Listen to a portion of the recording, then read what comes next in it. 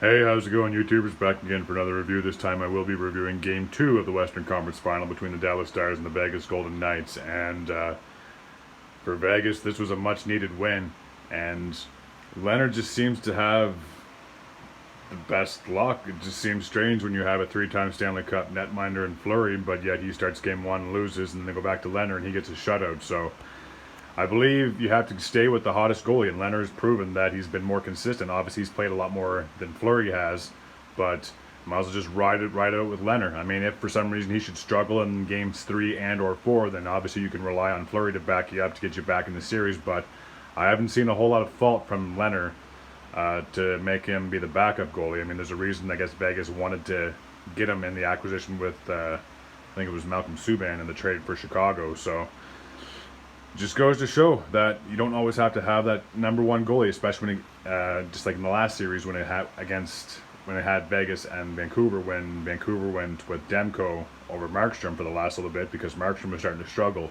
Now, granted, Markstrom is technically the number one goalie, but Demko's proven that once you're hot, you got to stick with that. And just like in Vegas, Leonard's proven that he's very, very, very capable of winning games.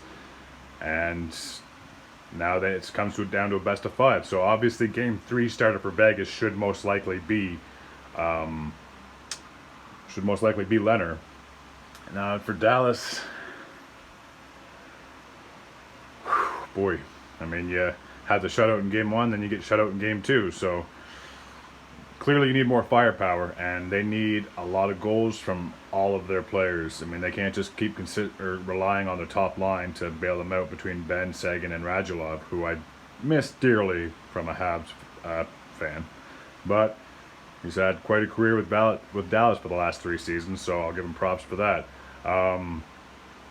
But yeah, if you're the Stars, you gotta come out guns a-blazing for Game 3, because once Vegas has control of you and like they're in your head, it's going to be really tough to get out. I mean, granted, Vegas did have the 3-1 series lead against Vancouver in the last round. Vancouver did force a Game 7. So I mean, there's no counting anybody out at any time, whether you're Vegas or Dallas. But if you're Dallas, like I said, this was a chance that you could have won up 2-0 in the series and could have taken a stranglehold on this. Now Vegas is back in the series, and if Vegas can be that dominant that they were in Game 2, as they could possibly be in Game 3, then this could be a very short series. I would love to see this go to a 6th or 7th game. Obviously, I'm a sucker for Game 7, so that would be incredible if this series did happen to go that long.